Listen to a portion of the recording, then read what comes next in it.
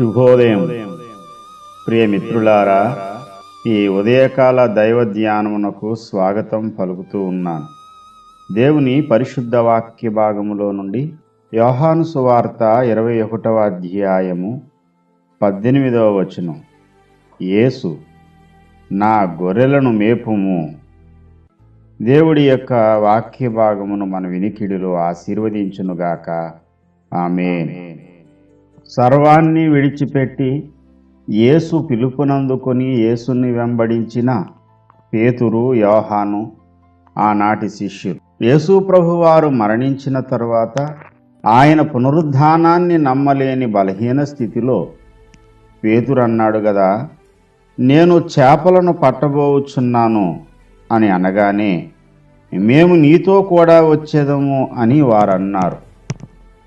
యేసును వెంబడించి మనుషులను పట్టు జాలర్లుగా మారవలసిన వీరు మరలా చేపలు పట్టుకోవడానికి జీవనోపాధి కొరకు పరుగులు పెట్టారు.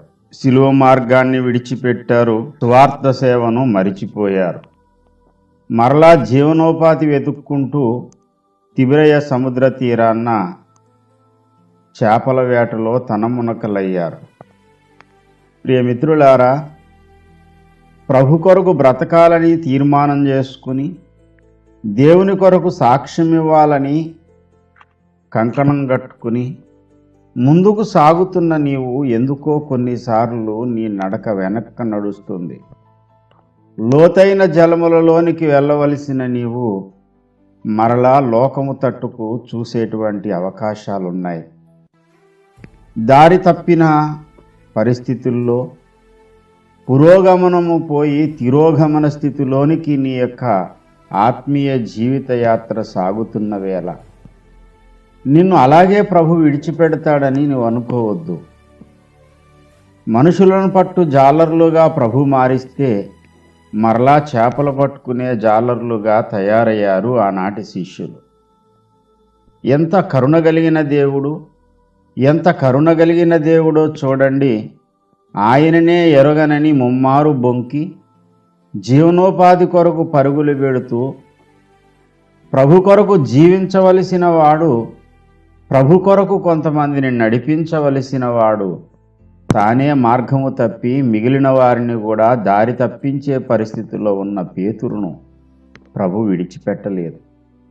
ప్రభు కనికరపడి ముమ్మారు పేతురుని ప్రశ్నించి పేతురు ఆడిన అబద్ధానికి పరిష్కారాన్ని చూపించి, నేను నిన్ను ఎరుగను అని ముమ్మారు బొంకిన పేతురు నోట ముమ్మారు నేను నిన్ను ప్రేమించుచున్నాను అని పలికించి మరలా బాధ్యతలు అప్పగించాడు ప్రభు. మరలా తన పనిలో అవకాశం అనుగ్రహించాడు మహారాజు. ఆహా, ఎంత గొప్ప భాగ్యమండి! ప్రియమిత్రులారా, పలుమార్లు మన జీవితంలో ఇలాంటి బలహీన గడియలు ఏర్పడతాయి. కొంతమంది పేతురును చులకనగా మాట్లాడతారు.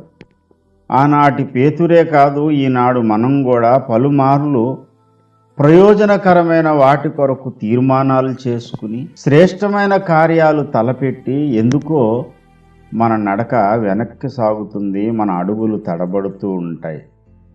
అడుగులు తడబడిన వేళ, అలసటతో నీవు నిలబడిన వేళ నీ యొద్దకు వచ్చి మరలా నీ యొక్క వెన్ను తట్టి నీ చేయి పట్టి తన యొక్క కృపచేత నిన్ను తన పని కొరకు పురుకొల్పే దేవుడు మన ప్రభు.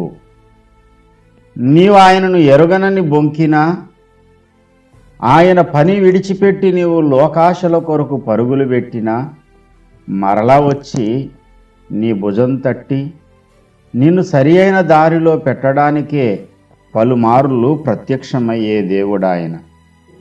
ఈ యోహాను సువార్త 21వ అధ్యాయము 1వ వచనంలో తన్ను ప్రత్యక్షపరుచుకొనిన విధమేదనగా అని వ్రాయబడింది.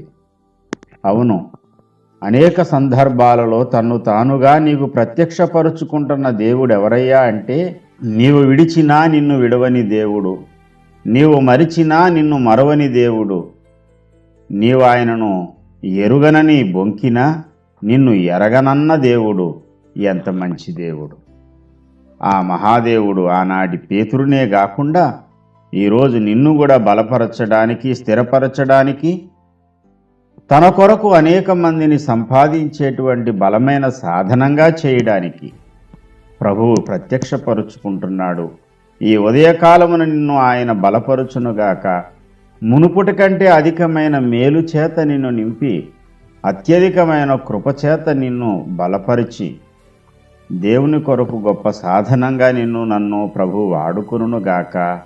ఆమేన్.